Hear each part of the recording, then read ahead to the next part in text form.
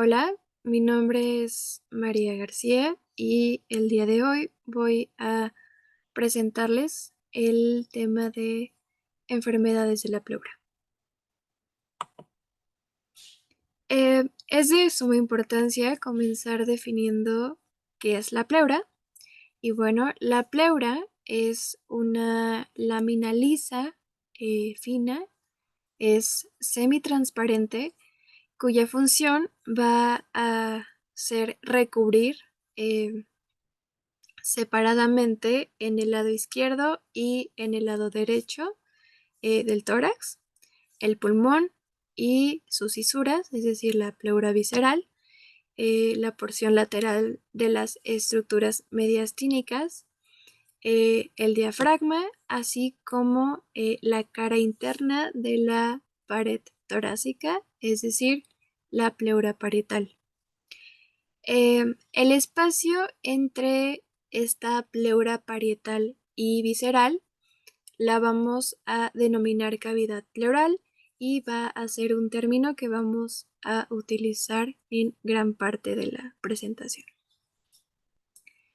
En condiciones fisiológicas, esta cavidad, la cavidad pleural, está ocupada por una cantidad mínima de líquido, aproximadamente 15 mililitros, menos de 20 mililitros, de acuerdo a la literatura que se revise. Em, También en condiciones fisiológicas, en condiciones normales, es un líquido em, que contiene una cantidad baja de proteínas, alrededor de 1 o 2 gramos por decilitro, de acuerdo a la literatura que se revise. Y aproximadamente em, son los parámetros que va a manejar, pero más adelante vamos a revisar su importancia dentro del diagnóstico de algunas enfermedades de la pleura.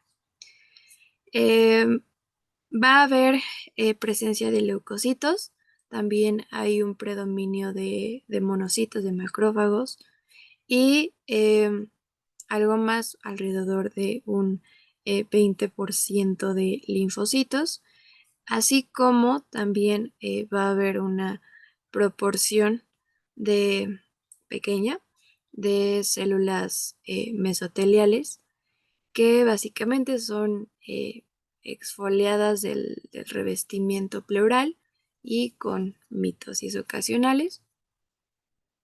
En el líquido pleural también es importante mencionar que la concentración de sodio es más baja en el líquido pleural que en el plasma, y también tenemos que el pH de la pleura normal es superior al de la sangre, puede ser igual o mayor a 7.5, 7,5.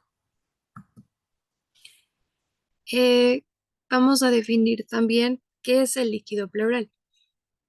El líquido pleural básicamente se produce por la filtración desde la circulación sistémica hacia el espacio pleural, sobre todo a través de la pleura parietal.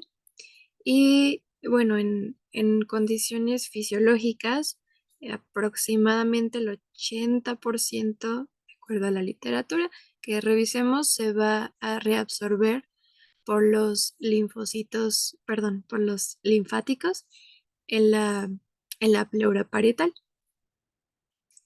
Em, También tenemos que en la porción caudal de esta misma pleura parietal, y especialmente sobre eh, la superficie diafragmática, vamos a observar la presencia de algunos estomas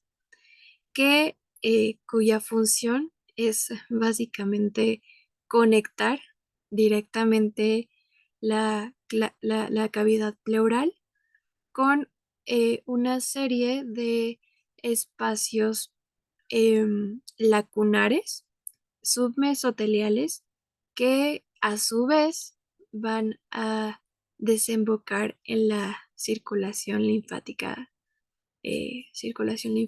profunda.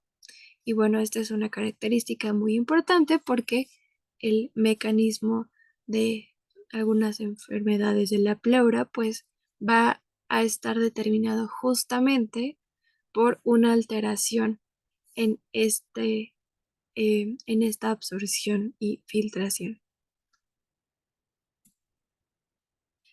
Em, Vamos a tener, en primera instancia, vamos a hablar del derrame pleural, el cual va a tener algunas subclasificaciones de acuerdo a em, a la etiología que puede originarlo. Entonces, vamos a dar un vistazo general al derrame pleural y vamos a ir retomando las vertientes de sus distintos mecanismos o de las cosas que pueden predisponerlo. El derrame pleural se define como un exceso en la producción de líquido eh, que sobrepasa justo la absorción linfática de la cual acabamos de hablar. Lo que sucede es que la pleura visceral es muy poco permeable al paso de líquido, pero cuando tenemos casos, por ejemplo, de un edema pulmonar, este mecanismo, eh, pues defensivo también, pues tiende a justamente alterarse. Excesos moderados en la producción del líquido pueden compensarse por un aumento en la absorción linfática, justo lo que retomamos hace un momento, que se va a dar a través de la pleura parietal. Es solo justo cuando se llega a sobrepasar esta capacidad de absorción que se va a acumular el líquido para dar lugar a lo que conocemos como derrame pleural. Este derrame lo que hace es provocar una alteración ventilatoria restrictiva con disminución em, de las capacidades pulmonares totales y aumento también de la diferencia forzada. También puede producirse hipoxemia, puede aumentarse la diferencia alveolo-arterial de oxígeno. Pueden existir también desequilibrios de las relaciones ventilación-perfusión y todavía pueden empeorarse pues la función de los músculos inspiratorios justo por el descenso o la inversión del diafragma. Entonces, en el caso de los derrames masivos, estos sí pueden provocar una disfunción diastólica con una consiguiente disminución del gasto cardíaco. Dentro de la etiología vamos a dividirlo de tres maneras. Vamos a hablar de trasudado, vamos a hablar de exudados y de otras causas.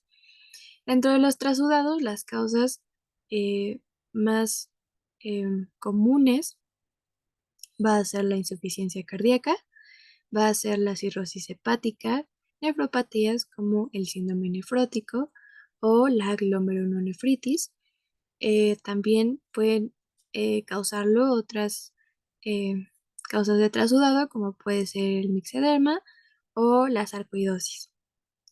En el caso de los exudados, vamos a hablar de infecciones, en el caso también de tuberculosis, puede ser por bacterias, por virus, por micoplasma, por la presencia de parásitos u hongos, y también en el caso de neoplasias, eh, específicamente metastásicas, que son de órganos subyacentes, o también el caso del mesotelioma. Entre otras causas, podemos también hablar del traumatismo, que va a generar un hemotórax. Podemos hablar de tromboembolia pulmonar. Dentro de las abdominales, pues pueden entrar los abscesos, la pancreatitis o alguna intervención quirúrgica. Dentro de las causas autoinmunes, podemos hablar del lupus eritematoso sistémico, de la artritis reumatoide o del síndrome de Sjögren. Y dentro de los fármacos también la presencia de la nitrofurantoína, de la amiodarona, em, entre otros. Eh, ¿Qué sucede básicamente en todo este mecanismo? A grandes rasgos lo vamos a abarcar un poquito más adelante. Básicamente sucede que el líquido pleural se empieza a acumular cuando su formación sobrepasa la absorción de los linfáticos. Normalmente, el líquido tiende a penetrar en el espacio pleural. Lo hace desde los capilares hasta la pleura parietal y va a salir justo por los linfáticos que están en ella. También pueden entrar en este espacio procedente de los compartimentos intersticiales del pulmón a través de la pleura visceral o desde la cavidad peritoneal por los pequeños orificios que hay en el diafragma. Sucede que los linfáticos en realidad son capaces de absorber hasta 20 veces más el líquido del que se forma de manera habitual. Por tanto, cuando nosotros estamos frente a un derrame pleural, significa que sí hay un exceso de formación de líquido que está desde la pleura parietal, los espacios intersticiales del pulmón o que viene, por ejemplo, de la cavidad peritoneal o básicamente que disminuye la resorción de los linfáticos o básicamente eh, quiere decir que o se aumentó la producción o se disminuyó la reabsorción o puede ser un mecanismo mediado por ambas situaciones. Esta imagen me pareció muy adecuada porque justo lo que hace es hablar del equilibrio de fuerzas que van a regular esta formación del líquido pleural. La cantidad de líquido en el espacio pleural va a depender del equilibrio entre las presiones hidrostática y oncótica, entre la pleura parietal y visceral y pues el espacio pleural, justamente esta cavidad pleural. Justo debido a que las presiones hidrostáticas son más altas en la pleura parietal que en la pleura visceral y las presiones oncóticas son equivalentes, el líquido pleural pues se va a producir principalmente a partir de la pleura parietal. Entonces, pues justo estos vasos linfáticos de la pleura parietal van a ser responsables de la mayor parte de la reabsorción del líquido pleural. Em, para hablar de la fisiopatología del derrame pleural, hay tres mecanismos que van a intervenir en la presencia o no de este derrame pleural. En primera instancia, tenemos los mecanismos que alteran el balance de las presiones transpleurales. Estos mecanismos son de origen extrapleural. Frecuentemente van a estar asociados a un aumento de la presión venosa pulmonar, puede ser por insuficiencia cardíaca izquierda en la mayoría de los casos, y también provocan la aparición de los famosos trasudados, que ya hablamos de ello, que son justo por salida de líquido desde el pulmón de la cavidad pleural a través de la pleura visceral. Se van a caracterizar, y este punto es muy importante porque nos van a servir posteriormente dentro de los criterios diagnósticos y con ello también en el abordaje terapéutico, es que estos se van a caracterizar por un contenido bajo en proteínas, es decir, la relación de proteínas totales del líquido pleural de las proteínas en plasma, que son menores a 0,5, y una LDH baja, que debe ser menor a 200 unidades. Una sobrecarga de este líquido, ya sea por iatrogenia o por un caso patológico como la insuficiencia renal o una pericarditis, pueden provocar justo estos trasudados que también pueden presentarse por aumento en la presión negativa intrapleural en atelectasias masivas o si sucede este mecanismo de llamado el pulmón atrapado, justo por el engrosamiento tumoral o fibroso de la pleura visceral.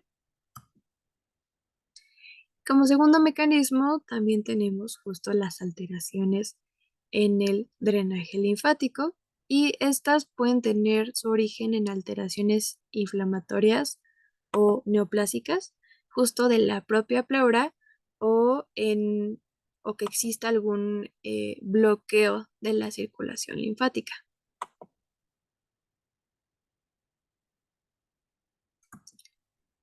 Eh, en tercera instancia tenemos el aumento de la permeabilidad capilar y mesotelial. Y aquí vamos a tener lo contrario al primer mecanismo. Van a estar implicados en la mayoría de los exudados pleurales, que en contraste con los trasudados, que eran los del primer mecanismo, estos van a tener un contenido alto en proteínas, justo el cociente entre pleura y sangre mayor a 0,5 y un LDH mayor a 200 unidades.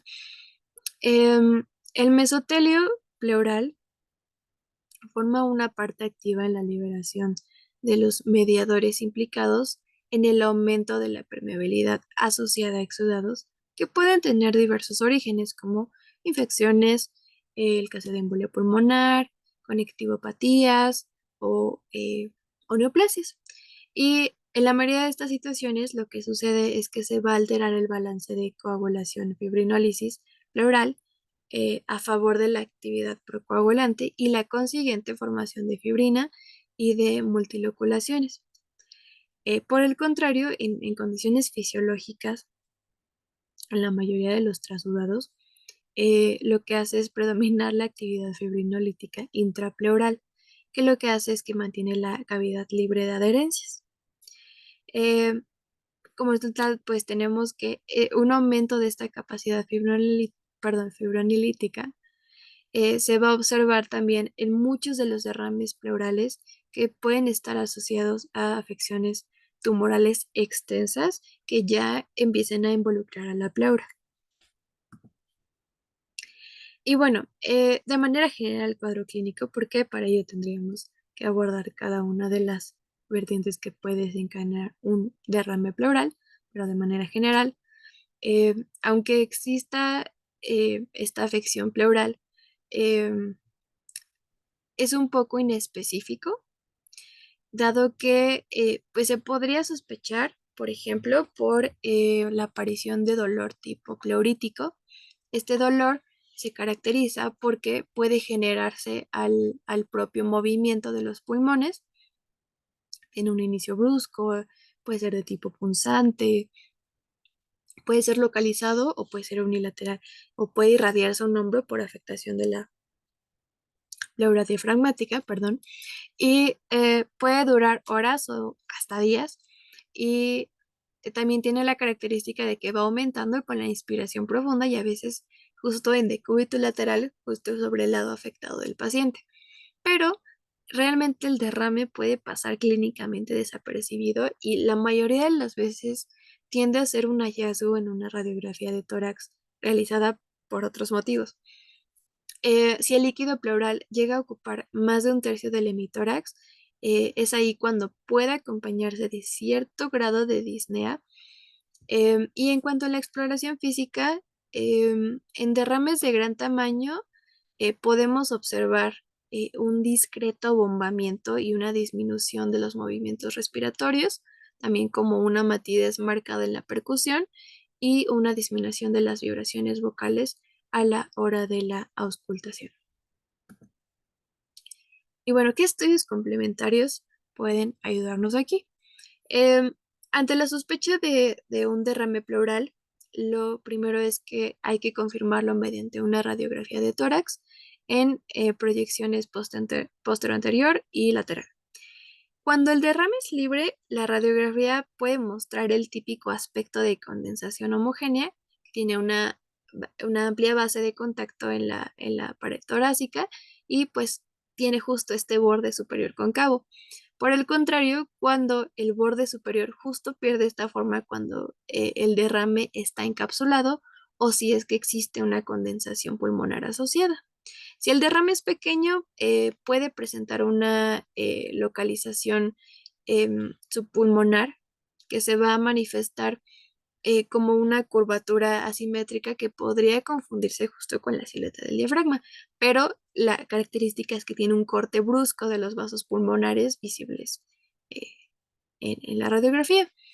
En el derrame subpulmonar izquierdo, lo que vamos a observar es un aumento del espacio aparente entre la cámara gástrica, perdón, y el borde superior del diafragma. Y en la posición lateral tenemos que prestar especial atención a la obliteración del seno costodiafragmático posterior, que se hace más latente a medida que empieza a aumentar el volumen del derrame. Y bueno, cuando exista la sospecha de un derrame pleural encapsulado o multiloculado, la ecografía pleural pues nos va a dar información superior a cualquier otra técnica, incluso que la tomografía, y pues puede ser de gran ayuda para realizar el procedimiento de la toracocentesis. Ahorita la vamos a abordar. Y bueno, va a ser adecuada justamente para estudiar la asociación del derrame por engrosamiento pleural, sobre todo si es que es irregular, o detectar la presencia de posibles enfermedades adyacentes en el pulmón. Básicamente en la imagen lo que tenemos es una placa donde vemos un derrame pleural que va a ocupar todo el campo izquierdo y está desplazando justo las estructuras hacia el otro lado. Y, por ejemplo, pues la tráquea normalmente debería de descender recta, pero estamos viendo que como que se inclina hacia el lado derecho, el corazón también se está yendo al lado derecho y está aplastando un poco como el pulmón sano. Esto es un derrame pleural ya masivo, pero es muy importante porque puede condicionar estas características del pronóstico del paciente, porque justo si empieza a aplastar estas estructuras, si el corazón se desplaza mucho, pues empiezan a afectar, por ejemplo, las venas cavas, ocasionando que pues descienda el retorno venoso al corazón y pues si el corazón bombea menos sangre, pues expulsa menos sangre, pudiendo llevar al paciente hasta un estado de choque. Aquí, por ejemplo, con la placa de tórax encontramos el derrame y la primera pregunta que nos debemos de hacer es si es líquido libre o no. Y esto tiene una implicación muy importante para el diagnóstico y el tratamiento. Entonces, este es un ejemplo. Vamos a colocar al paciente en decúbito lateral y aquí tenemos un derrame que es del lado derecho, porque entonces ponemos al paciente en decúbito lateral derecho y si el líquido es libre, pues se va a desplazar justo por declive, por gravedad. Y esto nos indicaría que se trata de líquido libre. Si es que no puede ser libre, pues podemos poner al paciente en decúbito lateral de igual forma y pues vemos que no va a pasar justo la zona de declive. Esto querría decir que pues está encapsulado y esto es importante porque para el tratamiento esta diferencia la tenemos que tener en cuenta. ¿Qué otros estudios complementarios pueden ayudarnos? Tenemos que la punción pleural está indicada en el estudio inicial de todos los derrames pleurales y básicamente consiste en poner una aguja transtorácica que va a extraer el líquido, salvo en presencia de coagulopatía grave no corregible o de una enfermedad asociada al trasudado, por ejemplo, una insuficiencia cardíaca, una cirrosis hepática, síndrome nefrótico, una insuficiencia renal. En estos casos, pues había que tratar la causa y luego evaluar la evolución antes de proceder a hacer estudios del derrame.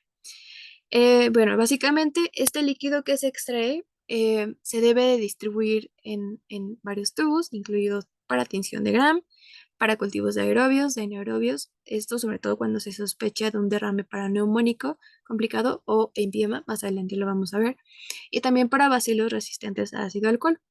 En todos los casos, se debe de realizar un recuento celular total y diferencial, así como un estudio bioquímico que incluye proteínas totales, LDH, que es muy importante, como lo vimos, glucosa, pH, ADA, eh, y también pues nos van a orientar hacia algún diagnóstico de presunción. Justo la LDH es de gran valor para deslindar trasudados que tienen proteínas en valores límite a causa del uso de diuréticos. Como mencionaba, una de las causas era el uso de medicamentos. Y en la mayoría de las ocasiones no va a requerir pues su determinación simultánea en suero.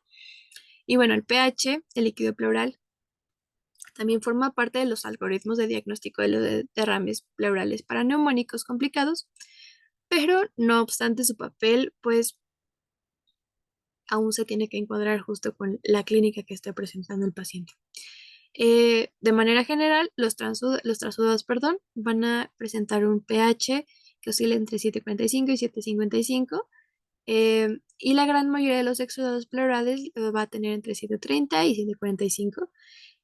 Si se exceptúan a los pacientes, por ejemplo, diabéticos, que tienen una hiperglucemia mantenida, pues los valores de pH se correlacionan con los de glucosa en el líquido pleural.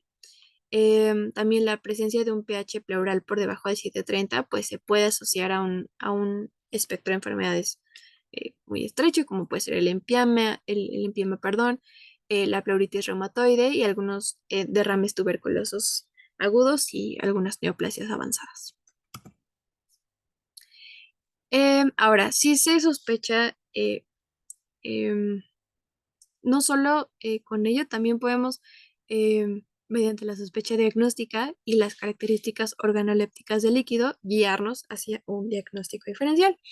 Si, por ejemplo, el líquido tiene un olor fétido, nosotros podríamos solicitar un estudio de anaerobios y, por ejemplo, si huele a orina, podríamos sospechar de un orinotórax y, bueno, en ese caso es importante, por ejemplo, determinar la creatinina y en el líquido pleural.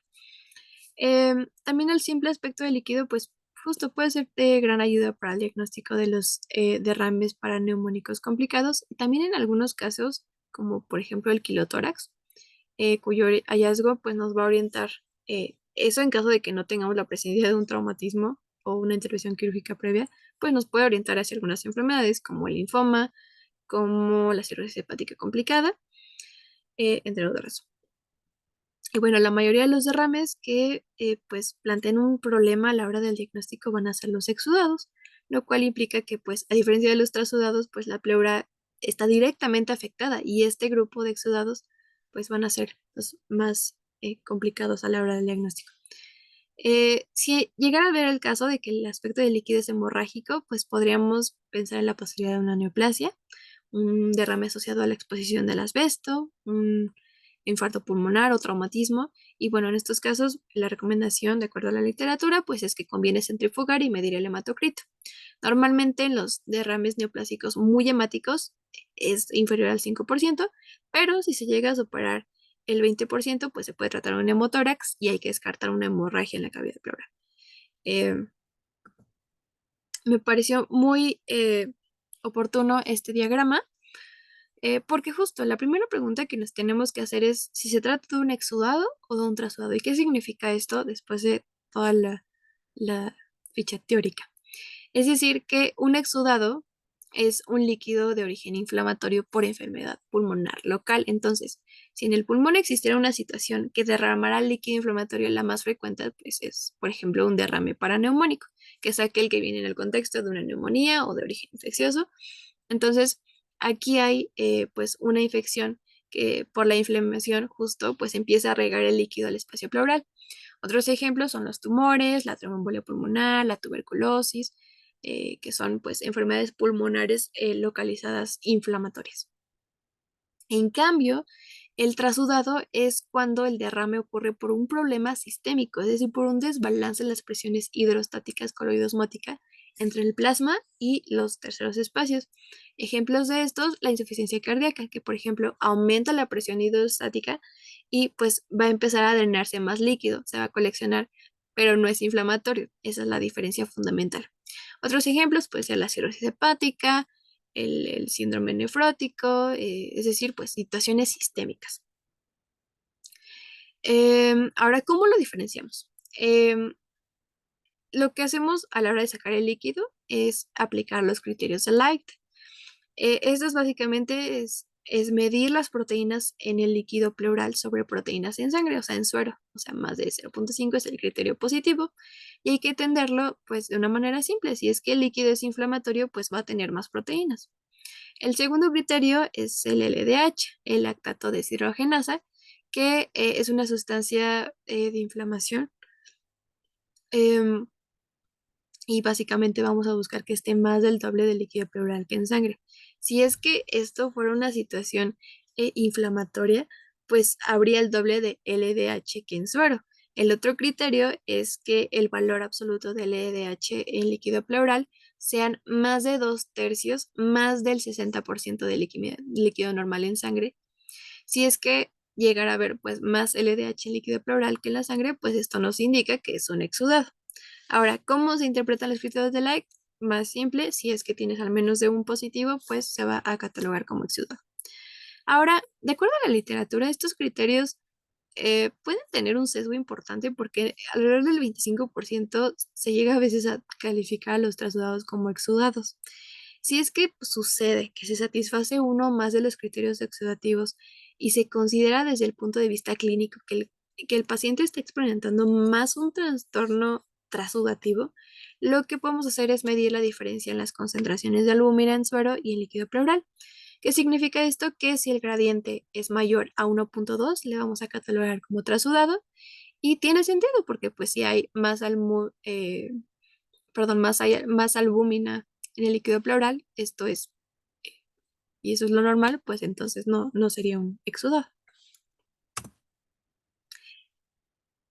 Vamos a comenzar hablando de una de las distintas variantes que van a determinar o pueden predisponer la presencia de un derrame pleural. Vamos a empezar con las enfermedades infecciosas, principalmente primero con la pleuritis tuberculosa.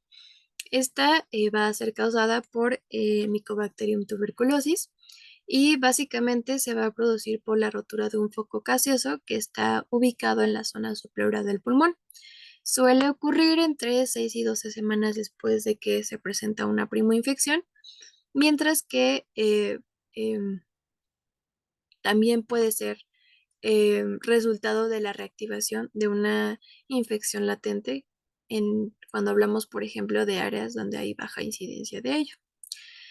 El derrame pleural básicamente se va a producir por una reacción de hipersensibilidad retardada frente a los antígenos de la micobacteria, incluso si el número de bacilos es escaso.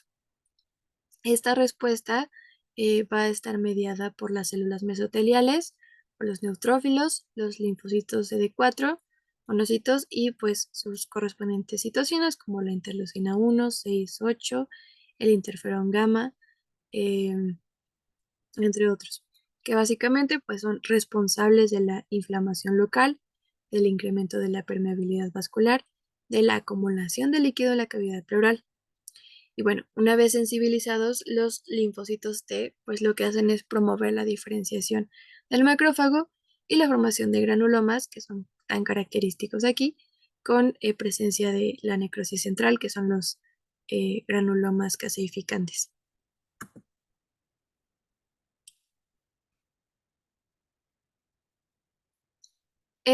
Aquí tengo un diagrama que me pareció muy bueno.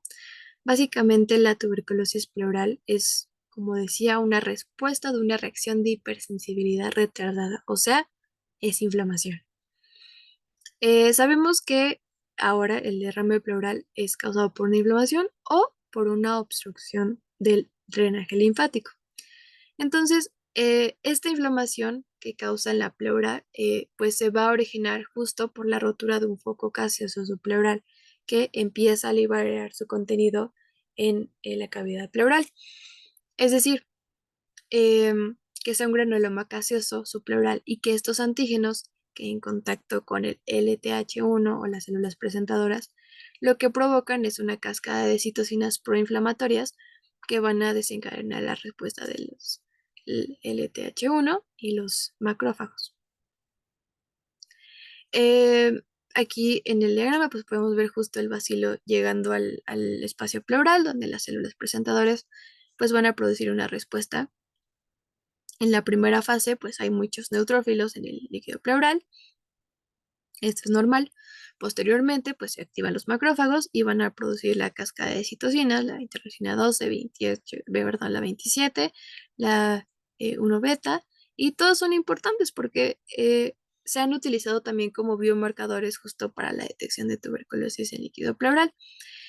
También tendremos el incremento del ADA, que también es justo en respuesta de los LTH1. Y bueno, entonces estos antígenos micobacterianos entran al espacio pleural y lo que hacen es justo esta reacción de hipersensibilidad retardada y por ello pues también se cree que, o bueno, em, de acuerdo a la literatura, se plantea más que la tuberculosis pleural puede ser más frecuente como una reactivación latente de la infección, más que como una primoinfección. Ahora, tenemos el cuadro clínico de la pleuritis tuberculosa y básicamente se va a caracterizar por dolor pleurítico, fiebre, tos, una tos no productiva. Y un tercio de los pacientes pueden referir síntomas de pocos días de evolución, aunque en ocasiones la sintomatología pues es crónica, es con febrícula, astenia, anorexia, pérdida de peso. Em, en la radiografía de tórax, lo que vamos a apreciar es un derrame pleural que en general ocupa menos de la mitad del hemitórax y raramente es masivo o bilateral. Aquí en la radiografía, pues, justo, usualmente, pues, es unilateral, raramente son masivos. Y si vemos algo masivo, lo que podemos pensar es en algo neoplásico. La tuberculosis, pues, vamos a esperar moderados del tercio inferior y, pues, el porcentaje mayor, pues, va a ser en el hemitórax derecho. El porcentaje de afectación, pues, va a depender de si el derrame se produjo por consecuencia de una prima infección o de una reactivación. Y bueno, en la tomografía de tórax podemos ver también lesiones parenquimatosas.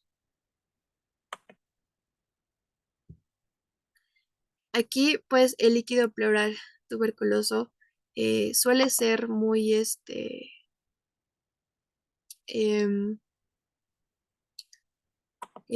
perdón, suele ser muy claro.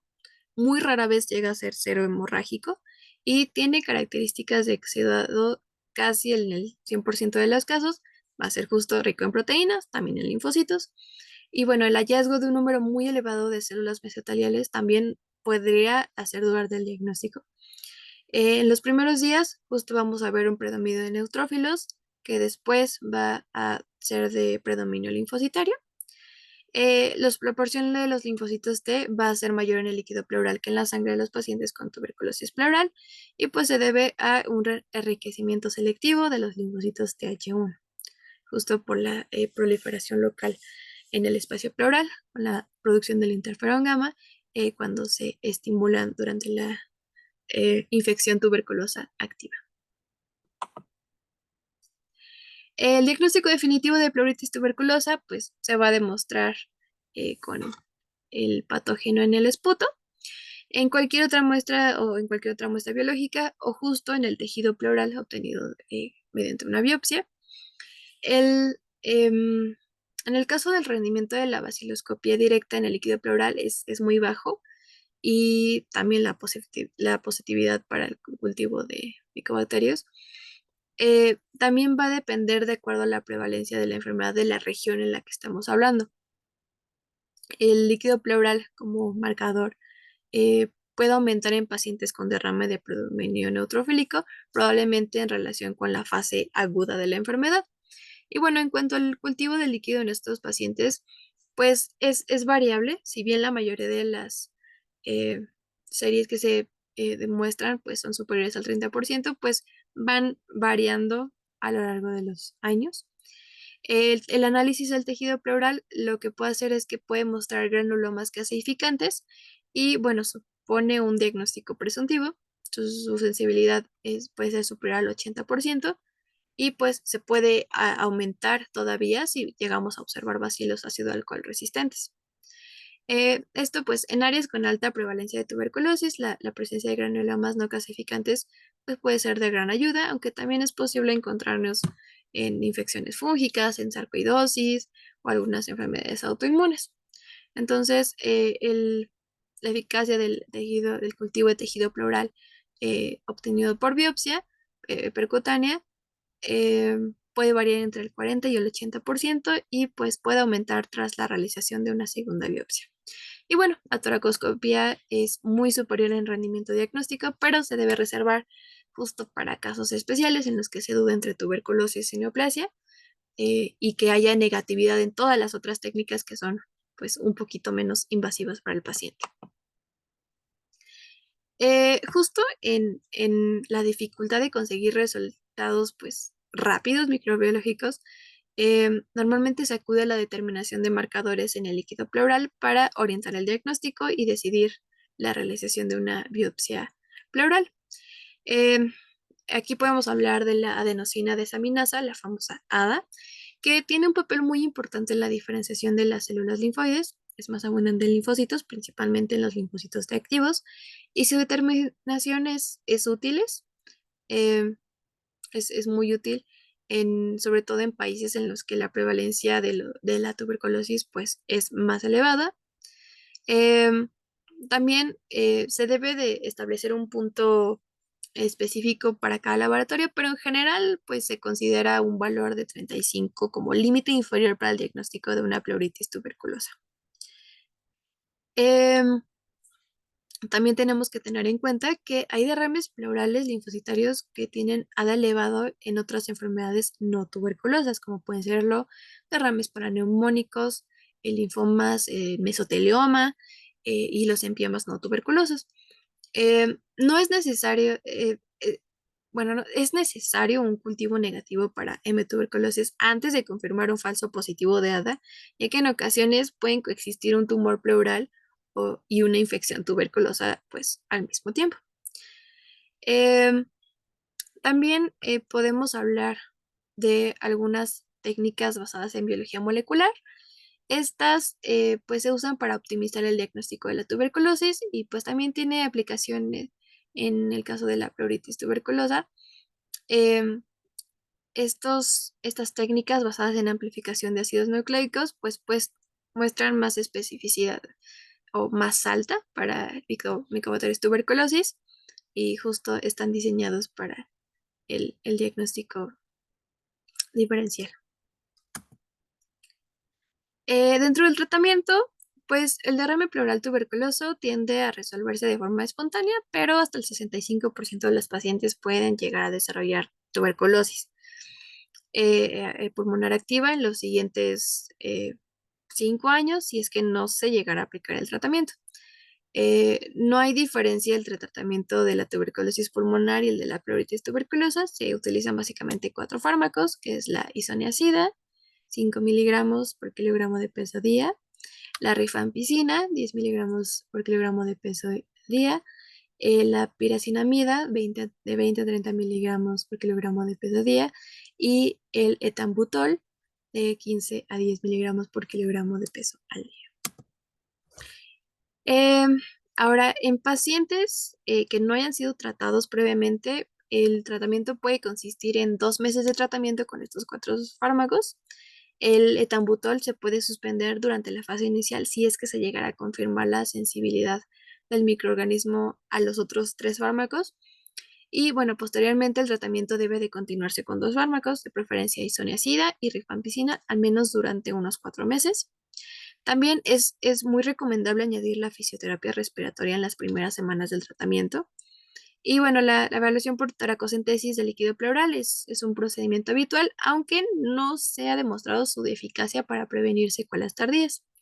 En el caso de los glucocorticoides, bueno, van a producir una disminución precoz de la fiebre y pues llegan a acelerar la resolución del derrame, pero a lo largo plazo pues no alteran la evolución de la enfermedad, por lo que no deberían de indicarse de modo rutinario.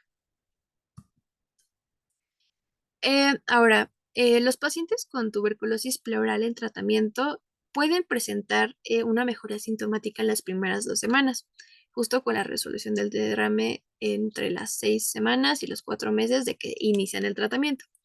En algunos casos puede llegar a verse un aumento del derrame pleural en las primeras semanas, que tiene buena evolución posterior sin necesidad de suspender el tratamiento. En raras ocasiones se puede producir una acumulación de pus rico en bacilos en la cavidad pleural, que es lo que llamamos empiema tuberculoso. Estos pacientes suelen tener afectación pulmonar y en ocasiones la presencia de una fístula broncopleural. Su cuadro clínico pues es tórpido. En casos avanzados se produce el denominado empiema de necesidad o salida al exterior del material purulento a través de la pared torácica. El diagnóstico se va a establecer justo al aislar a Mycobacterium tuberculosis en el pus, la pus, y el paciente pues puede mejorar con el tratamiento antituberculoso y pues la evacuación del pus por toracocentesis. En caso contrario, se puede colocar un drenaje pleural que puede llegar a durar incluso hasta años, o recurrir a la decorticación pleural u otros tipos de tratamiento quirúrgico. En el caso del pseudoquilotórax tuberculoso, esta es una complicación rara. Es propia de pacientes con pleuritis tuberculosa que fueron tratados muchos años antes atrás con una sección de adherencias y con un neumotórax artificial, perdón. En estos casos, pues básicamente se produce un engrosamiento pleural que pues dificulta la reabsorción del derrame y pues llega a favorecer la acumulación del colesterol en el líquido pleural, justo por la rotura de las membranas celulares. Y bueno, el tratamiento es el mismo que el de la pleuritis tuberculosa no complicada. Ahora, dentro de las enfermedades infecciosas, vamos a hablar de la pleuritis infecciosas no tuberculosas. Tenemos el derrame pleural paraneumónico. Este se va a definir como un derrame pleural no purulento y estéril, em, que es producido por una neumonía, por un absceso pulmonar o por bronquiectasias infectadas. Más del 40% de las neumonías bacterianas suelen cursar con derrame pleural. En cuanto a la etiología, en los derrames asociados a neumonía adquirida en la comunidad, los gérmenes pues, más frecuentes pueden ser gram positivos aeróbicos, como el estreptococo y el estafilococcus aureus, seguidos por los anaerobios, como frecuentes, por ejemplo, en la neumonía por aspiración, algunos gram negativos como las enterobacterias, Escherichia coli, Haemophilus influenzae, sobre todo en pacientes con comorbilidad, especialmente diabetes o pacientes alcohólicos. En el derrame asociado a neumonía nosocomial, el germen pues, más frecuente pues, es aureus. En la mayoría de los casos es resistente a meticilina. Y bueno, el que le siguen en frecuencia pues son los gram negativos aerobios como E. coli, Enterobacter y Pseudomonas, junto pues también con gram negativos y anaerobios. Las infecciones fúngicas son infrecuentes, y en todo caso, pues Cándida es el hongo más común, sobre todo en los pacientes que están inmunodeprimidos. Dentro del cuadro clínico, pues suele ser propio de la neumonía, puede presentarse fiebre, perdón, el dolor pleurítico y tos. Y para detectarlo, pues suele bastar una radiografía de tórax o una ecografía. Y bueno, la tomografía puede ser de gran ayuda para visualizar el grado de afectación pulmonar o la colección pleural. Ahora, se distinguen varias fases evolutivas. Vamos a describirlas de manera breve. Tenemos en primera instancia la pleuritis seca, que básicamente la pleura visceral se empieza a inflamar por la extensión de la inflamación pulmonar, pero no hay todavía una clara presencia del derrame pleural. Después tenemos a la pleuritis exudativa. Básicamente se va a acumular líquido estéril en el espacio pleural debido a el aumento de la permeabilidad de la pleura visceral. El líquido pleural en esta fase es claro, tiene un recuento bajo de leucocitos, menos de 10.000, tiene una LDH relativamente baja, menos de 1.000, y los valores de glucosa van a oscilar alrededor de más de 60 miligramos por decilitro y de pH de 730. Después tenemos a la pleuritis fibropurulenta, que básicamente esta puede desarrollarse muy rápidamente, literalmente en horas, justo en pacientes que no tienen la terapia los antibióticos, no reciben los antibióticos adecuados, esta pleuritis se va a caracterizar por el depósito de fibrina que va a cubrir las hojas visceral y parietal de la pleura con formación de tabiques y membranas. Y bueno, se acumulan en la pleura gran cantidad de polimorfonucleares, de bacterias y de detritos celulares que justo vienen de la infección pulmonar. La elevada actividad metabólica y citolítica pues se traduce justo en los valores bajos que hay de glucosa, que pueden ser hasta menores de 40, un pH de 7.20 y pues cifras elevadísimas de LDH que pueden llegar a más de 1000. Posteriormente tenemos la pleuritis organizada. En esa fase sucede que se empieza a depositar eh, gran cantidad de colágeno y de fibrina que justo vienen de, de la proliferación de los fibroblastos que básicamente ocasionan un, un engrosamiento muy marcado tanto de la pleura parietal como de la pleura visceral y justo terminan por afectar la función pulmonar. La evolución puede variar notablemente, puede ir desde la persistencia del deterioro funcional pulmonar hasta incluso el desarrollo de em, formas crónicas de empiema que tienen pues alto riesgo de complicaciones como una fístula broncopleural, un absceso pulmonar o entre otras. Eh, Vamos a hablar ahora del empiema justamente. Básicamente el empiema se define como la acumulación de pus o de líquido con presencia de gérmenes eh, que se hayan valorado por tinción de Gram o por cultivos positivos en la cavidad pleural. En más de la mitad de estos pacientes existe una enfermedad subyacente, como lo puede ser diabetes, neoplasias o pacientes alcohólicos. Y bueno, hay varios mecanismos que pueden dar lugar justo a la presencia de un empiema. Puede ser la infección de un órgano vecino, como el pulmón, o del espacio abdominal, como el ejemplo de un absceso subcránico. Puede ser también por una intervención quirúrgica, especialmente sobre el tórax, en especial la neumonectomía o manipulación instrumental de la pleura. También puede ser causado por heridas punzantes de la pared torácica. Puede ser causado por una perforación esofágica accidental, por un cuerpo extraño, o una instrumental, como en el caso de una esofagoscopía. También puede ser por un foco séptico distante, en especial en la zona periodontal.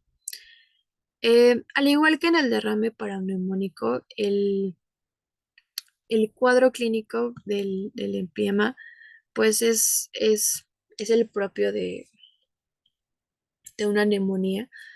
Puede cursar con fiebre, puede cursar, perdón, con dolor pleurítico, con tos y también una intensa leucocitosis. En pacientes, por ejemplo, alcohólicos con diabetes mellitus o que estén inmunodeprimidos, en especial si es que la infección es por anaerobios, em, por el olor maloliente del líquido pleural. La clínica puede ser más tórpida, puede ser acompañarse de pérdida de peso, de febrícula con leucocitosis o anemia.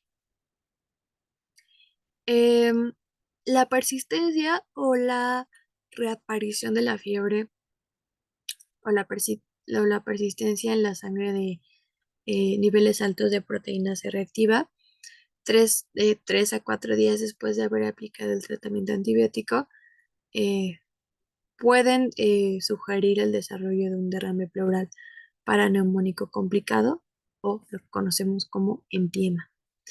Esto solo y si se le dio al paciente una vez dándole el tratamiento adecuado.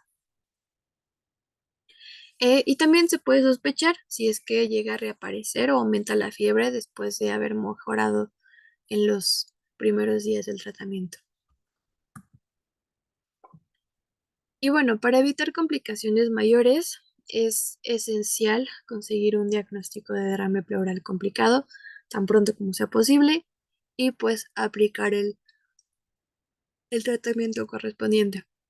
De forma empírica, pues se recomiendan antibióticos de amplio espectro que cubran gérmenes aerobios y anaerobios y pues ir adaptando el tratamiento a los resultados de los cultivos cada que se disponga de ellos. En las neumonías adquiridas en la comunidad, podemos utilizar una combinación de cefalosporinas de tercera generación, como el caso de la ceftriaxona, asociadas a clindamicina o metronidazol, o bien podemos utilizar una monoterapia con amoxicilina y ácido clavulánico. En el caso de los pacientes que sean alérgicos a la penicilina, pueden tratarse con clindamicina, habitualmente pues en combinación con una quinolona o con una cefalosporina.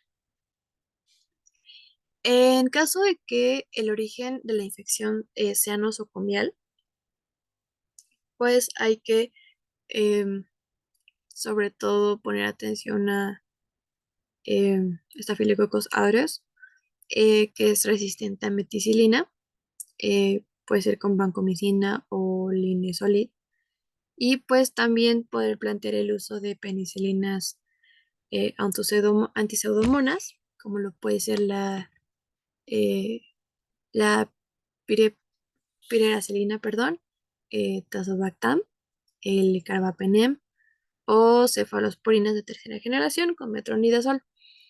Los aminoglucósidos tienen escasa penetración pleural y, bueno, en ningún caso están indicada la utilización de antibióticos intrapleurales.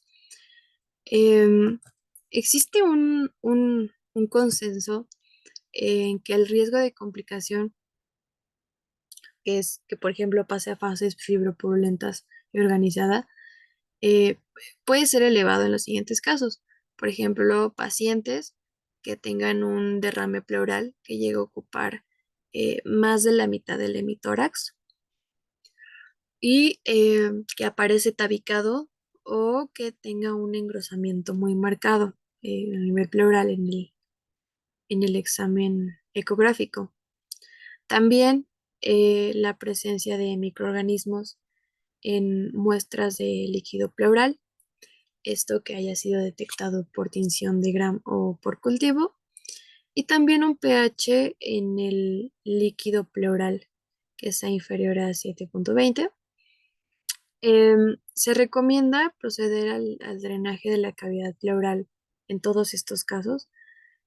Además, en los derrames no purulentos, puede ayudar a la toma de decisiones el que se determine el APCR en el líquido pleural. Se recomienda drenar si es mayor a 100 miligramos. Y bueno, en el caso de la fístula broncopleural, hay que sospechar si el paciente tiene abundante expectoración y existe un nivel hidroaéreo en la radiografía de tórax. Esto también pues exige el drenaje pleural para justo evitar la diseminación del líquido infectado a la vía aérea. Y bueno, el drenaje pleural por simple toracocentesis solo es recomendable si las colecciones son muy pequeñas y en esos casos puede ayudar el lavado con suero salino después de la evacuación del líquido pleural. También podemos hablar del tratamiento intrapleural con fibrinolíticos. Si la ecografía torácica llegara a detectar multiloculaciones o el drenaje es ineficaz, se aconseja la administración intrapleural de fibrinolíticos con la excepción de la fístula broncopleural, que es donde están contraindicados.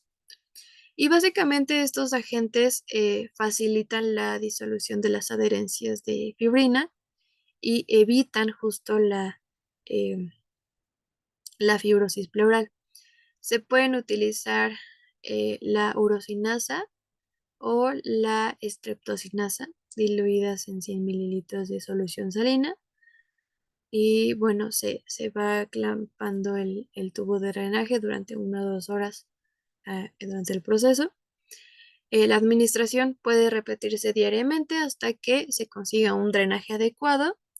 Se debe vigilar mediante el control del volumen drenado y con una ecografía torácica.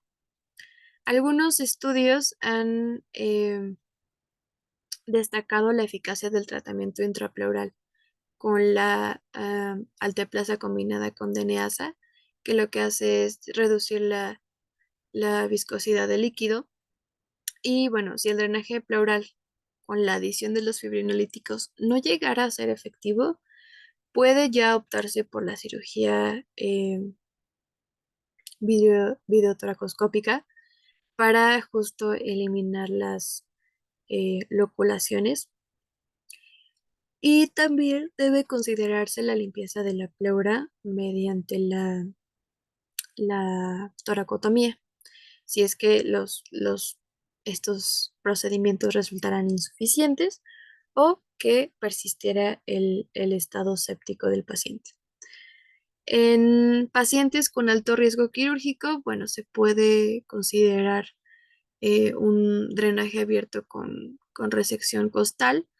Y bueno, a pesar de todas las variantes terapéuticas, pues se ha descrito hasta una mortalidad del 20% en estos pacientes, entonces es esencial la aplicación de un soporte nutricional adecuado desde el momento en que se hace el diagnóstico del empiema pleural. Dentro de las enfermedades infecciosas, las infecciosas no tuberculosas, también podemos hablar de em, de las pleuritis víricas y por micoplasma. Alrededor del 20% de los pacientes que tienen neumonía típica van a presentar derrame pleural. Los eh, gérmenes patógenos implicados con más frecuencia, pues va a ser Mycoplasma pneumoniae, los adenovirus y el virus de la influenza. El cuadro clínico pues sugiere neumonía típica con fiebre, cefalea, tos y también la presencia de artromialgias como síntomas más frecuentes. Los derrames pleurales suelen ser transitorios, tienen escasa cuantía, se acompañan de infiltrado pulmonar y raramente son masivos o son persistentes. En el caso del líquido pleural, es un exudado con predominio de células mononucleares y pues el aislamiento del germen en el líquido pleural es excepcional. Es, en el caso del diagnóstico, pues se va a basar en el cultivo del germen en muestras respiratorias o en el aumento del título de anticuerpos específicos en 2 determinaciones separadas por al menos un promedio de 15 días. Si el cuadro clínico apunta a que el derrame es secundaria a una infección por micoplasma, se recomienda, de acuerdo a la literatura, el uso de macrólidos, como lo puede ser la claritromicina o acitromicina o quinolonas, y bueno, con preferencia de aquellos sobre estas en los pacientes. Ahora vamos a hablar de las enfermedades tumorales, específicamente de los tumores primarios de la pleura. Entra aquí la clasificación del mesotelioma. El derrame pleural neoplásico es, de manera general, es responsable de más de un tercio de los exudados y su frecuencia parece aumentar en lo largo de los años, sobre todo a expensas, sobre todo el cáncer de pulmón y de mama. Es importante tener en cuenta que la afección neoplásica de la pleura puede cursar sin derrame pleural casi en la mitad de los casos. Este hecho, de hecho, es particularmente relevante en pacientes con cáncer de pulmón, que es potencialmente resecable, en los que se podría encontrar una diseminación pleural metastásica si es que se practica una toracoscopía previo a la toracotomía. Em, Aquí en el cuadro siguiente, ahorita lo vamos a ver la clasificación de los tumores que más afectan a la pleura, pero bueno, aproximadamente un tercio de los derrames pleurales malignos van a estar relacionados con el cáncer de pulmón y el cáncer de mama suele ser el segundo en frecuencia. Y bueno, dependiendo de la prevalencia de exposición al amianto, el mesotelioma también ocupa un lugar relevante entre los tumores malignos de la pleura. Aquí tenemos la tabla de la clasificación de los tumores pleurales más frecuentes, primitivos y secundarios. Dentro de los tumores primitivos, pues van a destacar los de la capa mesotelial, los mesoteliomas. Y bueno, los secundarios, pues de las estructuras como los tumores mediastínicos, que invaden justo la pleura, los tumores de la pared torácica, eh, los metastásicos, que son los orígenes más frecuentes, como el pulmón, mama, ovario, el tracto gastrointestinal, riñón y vías urinarias, entre otros. Aproximadamente un tercio de los derrames pleurales malignos van a estar relacionados con el cáncer de pulmón y pues dependiendo de la prevalencia se van a ir enumerando y pueden servir como un eh, marcador del diagnóstico sobre cuáles son los más comunes. Eh, el mesotelioma es dentro de los tumores primarios de la pleura, es el más frecuente. Puede ser localizado o puede ser difuso. El localizado puede ser benigno o maligno. Su etiología pues se desconoce, mientras que el difuso es siempre maligno.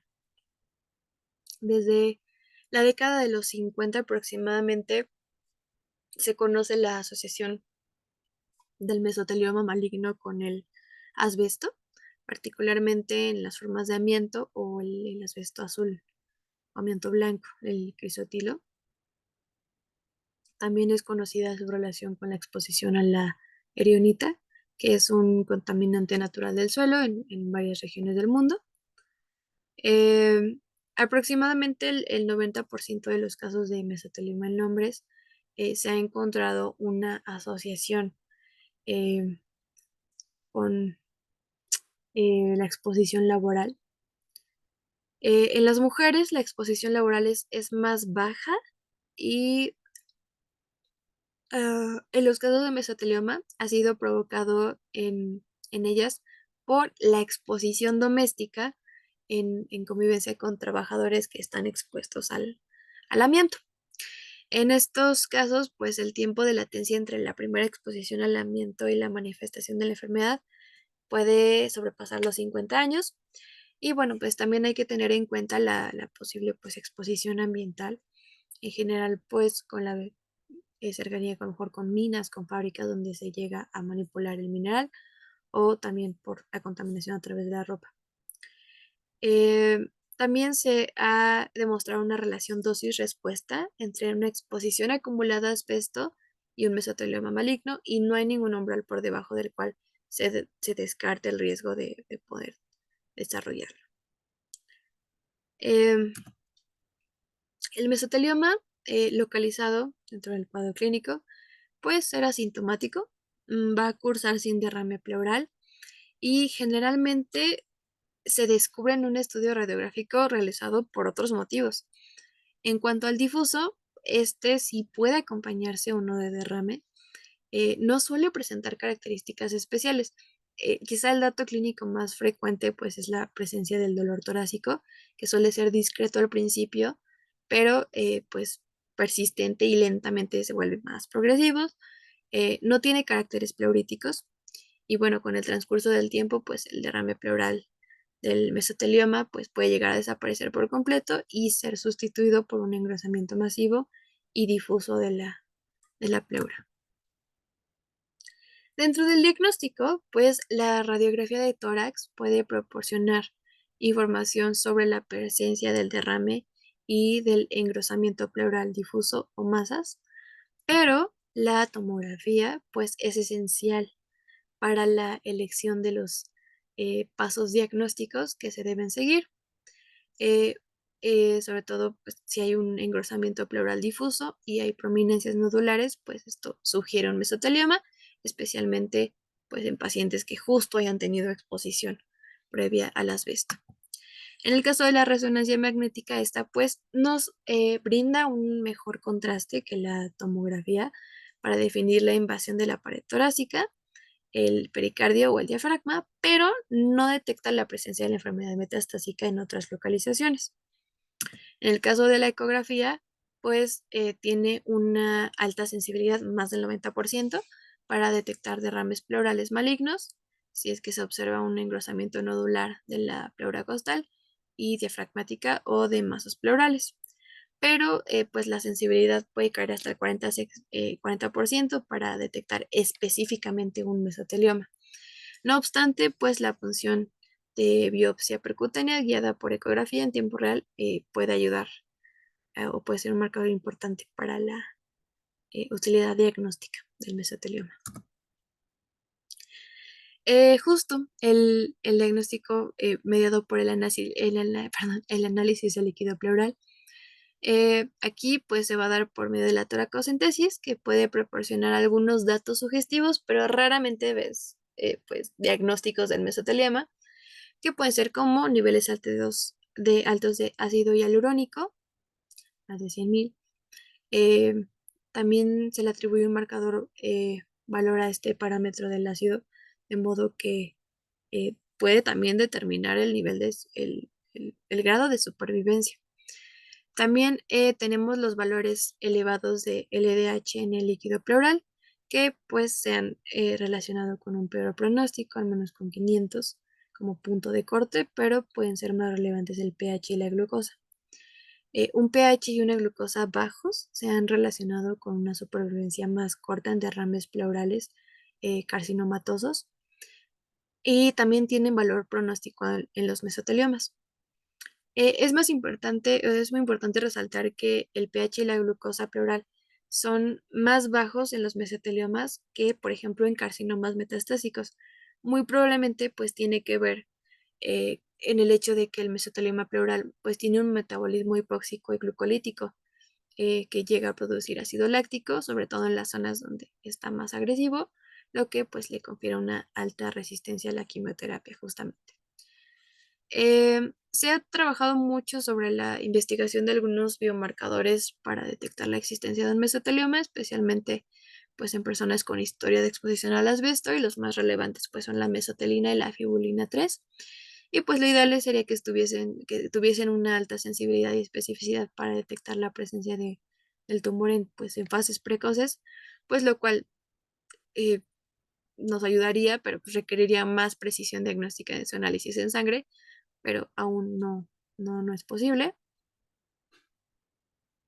aunque también la presencia de mesotelina elevada en el líquido pleural tiene un valor diagnóstico, especialmente si se puede combinar con valores bajos de SEA, que es un antígeno carcinoembrionario. También los niveles de ADA pueden encontrarse elevados en pacientes con mesotelioma, pero hay que tener en cuenta que en ocasiones pueden coexistir un mesotelioma maligno y una pleuritis tuberculosa, y por ello pues se recomienda un cultivo para este patógeno en estos casos.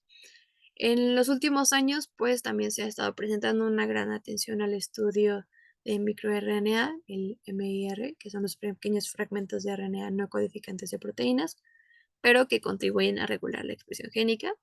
se han comprobado repetidamente la expresión del MIR126 está reducida en mesotelioma, tanto en muestras como de tejido como en el plasma. Em,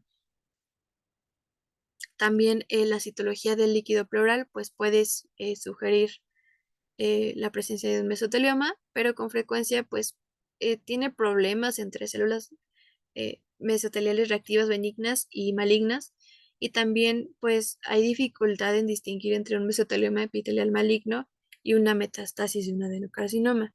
Es por ello que las técnicas inmunocito e histoquímicas son siempre necesarias para establecer la distinción entre un mesotelioma y un adenocarcinoma metastásico en la pleura. Dentro del diagnóstico, bueno, por las implicaciones legales que supone justo el diagnóstico de un mesotelioma maligno cuando se plantea una intervención quirúrgica o tratamientos personalizados, perdón, pues hay que obtener muestras amplias de tejido, justo para poder tipificar con mayor seguridad este tumor. Entonces, la biopsia pleural percutánea es pues poco satisfactoria por el pequeño tamaño de las muestras, pero su eficacia pues puede mejorar si se realiza con la ayuda de una tomografía o una ecografía en tiempo real, especialmente si es que se observa un marcado engrosamiento de la pleura costal. Y bueno, la toracoscopia es pues más rentable, permite la toma de más muestras y pues se puede realizar de manera más sencilla, es menos invasiva, a diferencia de la biopsia. Eh, y bueno, el mesotelioma maligno, eh, también es importante decir que hay algunos tipos, como lo son el epitelioide, perdón, sarcomatoso y bifásico, y también hay raros subtipos, como el desmoplásico, que se puede confundir con la pleuritis fibrosa benigna. También tenemos el mesotelioma de células pequeñas y el linfohistiocitoide, que también puede confundirse con un linfoma. Y bueno, para diferenciarlos, pues es imprescindible recurrir a estudios inmunohistoquímicos con distintos paneles de anticuerpos monoclonales, incluyendo al menos dos marcadores positivos para mesotelioma, que pueden ser la calretinina, el antígeno 1 del tumor de Wilms o el antígeno de la membrana epitelial EMA. Y bueno, algunos marcadores que podrían ayudarnos, como el VER-EP4, el TTF1. Y bueno, también tenemos el SEA, que es útil para distinguir el adenocarcinoma metastásico, especialmente cuando es de origen pulmonar. Y bueno, el mesotelioma, en el que prácticamente pues siempre es negativo. También la falta de expresión nuclear de la proteína 1 asociada a BRCA, BAP1, pues puede diagnosticar o puede reforzar el diagnóstico del mesotelioma del tipo epitelioide frente a los mesoteliomas con componente sarcomatoso. También en el caso de mujeres se recomienda evaluar los receptores hormonales, también comprobar la expresión del retículo endoplasmático, que nunca aparece en el mesotelioma y sí lo hace en los tumores metastásicos de la mama. Y bueno, dentro del tratamiento, pues el mesotelioma suele tener pues escasa respuesta a la quimioterapia, la radioterapia y la cirugía. Eh, Pocas veces es curativo alguno de ellos, porque generalmente el diagnóstico pues es ya tardío. Por otra parte, pues los intentos de pleurodesis suelen fallar más en los pacientes con mesotelioma que en otros derrames pleurales malignos.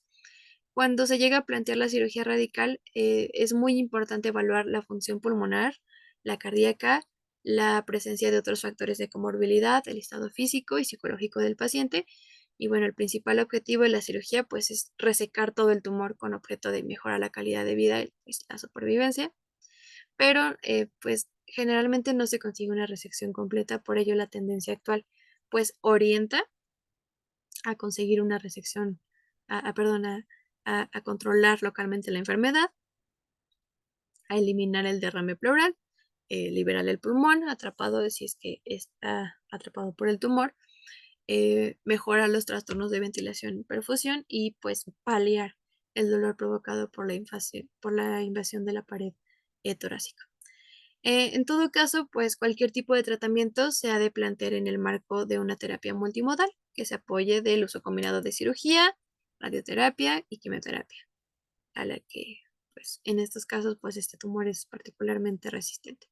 La única terapia que sí ha conseguido una moderada mejora en la supervivencia y en controlar el progreso de la enfermedad ha sido la combinación de cisplatino más pemetrexed y bevacizumab.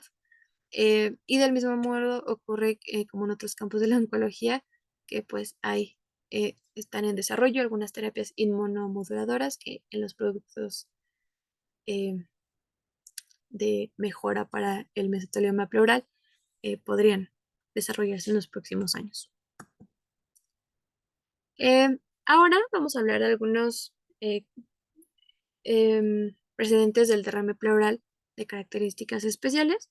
En este caso vamos a hablar del hemotórax. Básicamente va a consistir en la acumulación de sangre en la cavidad pleural y no debe de confundirse con el derrame cerebrohemorrágico, que es un poquito menos denso y suele presentar un hematocrito inferior al 5%. En el hemotórax, el hematocrito supera la mitad de la sangre y en casos agudos se puede incluso aproximar mucho a él. La etiología más frecuente pues, es la traumática, ya sea accidental o iatrógena por alguna maniobra invasiva, pero el hemotórax pues, también puede ser espontáneo, puede ser secundario a la rotura de un aneurisma aórtico o a una lesión muy vascularizada en algunos casos de un neumotórax espontáneo, que es lo que llamamos como hemoneumotórax. En raras ocasiones, el hemotórax se produce en el curso de una tromboembolia pulmonar, especialmente cuando hablamos, por ejemplo, del tratamiento anticoagulante. En algunos casos, pues se debe a una hemorragia espontánea por lesiones tumorales necrosadas. Se tiene que considerar la posibilidad de que esté causado por trastornos de coagulación o vasculitis. Y bueno, aunque rara vez produce un cuadro pleural clínicamente relevante, pues se puede sospechar em, mediante un paciente que llegue con un cuadro agudo de dolor torácico que cursa con hipotensión, anemia o pacificación total o parcial de un hemitórax. Y bueno, se va a confirmar por medio de una toracocentesis que va a revelar la presencia de sangre y esta puede tener coágulos ya formados, pero no coagula después, a diferencia de la contaminación traumática que es provocada por alguna maniobra exploratoria como justamente la propia punción pleural. El tratamiento pues se orienta a la enfermedad causal, aunque también pues se impone pues, la mayoría de las veces la colocación de un tubo de drenaje para liberar la cavidad pleural de coágulos y prevenir el enclaustramiento del pulmón por fibrina.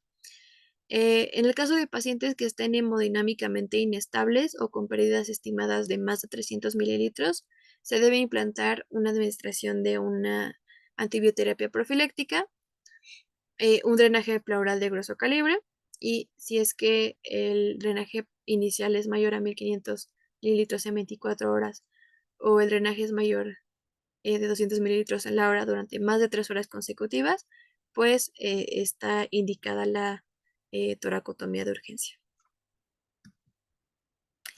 Y bueno, por último, vamos a hablar de otra afección de las enfermedades, otra enfermedad de la pleura, que es el neumotórax. Básicamente, el neumotórax va a consistir en la ocupación de la cavidad pleural por aire que viene del pulmón o directamente del exterior a través de eh, una interrupción de la continuidad de la pared torácica. Dado que pues, en el espacio pleural hay una presión negativa respecto a la atmosférica, pues la entrada de aire puede provocar el colapso del pulmón, que puede ser inmediato e intenso y dependiendo de la presencia o no de adherencias preexistentes y de la rigidez que presente el parénquima pulmonar. El neumotórax puede ser espontáneo o puede ser provocado por traumatismos que afecten la pared torácica o del pulmón, o justo también por una maniobra diagnóstica terapéutica, o sea, un mecanismo iatrógeno. El neumotórax espontáneo se ha relacionado clásicamente con la rotura de quistes o ampollas pulmonares que estaban situadas en la zona próxima a la pleura visceral, que a veces son muy pequeñas, de caso milímetros de diámetro, flaps, pero la principal causa de neumotórax espontáneo pues es la existencia de áreas especialmente débiles en la pleura parietal que pues provocan una fuga de aire hacia la cavidad pleural. En el caso de los neumotórax iatrógenos, se pueden deber, por ejemplo, a intentos de canalizar la vena subclavia, a punciones pleurales o pulmonares, a la rotura de la pleura o realizar biopsias pulmonares por vía transbronquial, o la rotura de BLEPS, que son estas pequeñas ampollas subpleurales de paredes muy finas, o ampollas durante la ventilación mecánica, que es lo que llamamos barotrauma. Cuando el neumotórax es pequeño, puede ser asintomático, pero en general va a cursar con dolor torácico o de tipo pleurítico, acompañado de disnea más o menos súbita. En la exploración física vamos a ver una asimetría en la intensidad del murmullo vesicular y en la sonoridad de la percusión, pero ninguno de estos datos es patognomónicos. El diagnóstico de certeza pues se va a obtener mediante una radiografía de tórax que pues debe realizarse siempre en bipedestación o con el paciente sentado en la cama con el objeto de poder visualizar una radiografía en expiración forzada o em, también la colección del aire en la zona apical que podremos estar viendo. En el caso de los BLEPS, que ya los retomamos hace un momento, suelen ser invisibles en la radiografía de tórax y sí pueden detectarse mediante una tomografía de alta resolución. Dentro del tratamiento, pues se persigue el doble objetivo de reexpandir el pulmón y prevenir una recidiva. La reexpansión del pulmón se puede producir espontáneamente si es que el neumotórax pues, es pequeño y se ha restaurado la solución de continuidad en el pulmón o a la pared torácica que lo produjo, ya que pues, el aire se reabsorbe. Sin embargo, cuando no son estas circunstancias, pues es necesario restaurar la presión negativa intrapleural. Esto se hace mediante aspiración, ya sea con una aguja y jeringa, esto en neumotórax muy pequeños, o insertando un tubo de drenaje conectado a un sistema de aspiración y en general pues es suficiente con drenajes de calibre pequeño. También se han diseñado algunos sistemas valvulares de drenaje de pequeño calibre que ahorita los vamos a ver. En el barotrauma, por ventilación mecánica, se puede llegar a producir una fístula broncopleural, que lo que sucede es que hace más difícil el control del neumotórax porque hay que mantener la ventilación mecánica y pues eliminar el aire en la cavidad pleural. En casos seleccionados, se puede combinar el drenaje pleural con la inserción de una válvula endobronquial que solo permite el flujo unidireccional expiratorio en la zona fistulizada. Y otra opción que se ha planteado en algunos casos es que es la inyección de sangre autóloga, aquí la tenemos, a través del tubo de drenaje con un objeto de intentar sellar las zonas de fuga aérea y en muchos casos pues puede ser necesario plantear tratamientos combinados. En los últimos años pues se ha prestado gran atención al tratamiento de las fugas de aire a través de la pleura visceral. Y bueno, la prevención de las recidivas pues, se encamina, se orienta también a lograr la sínfisis entre la pleura visceral y la parietal, ya que la probabilidad de que se vuelva a producir un neumotórax tras el primer episodio puede oscilar entre el 20 y el 50%.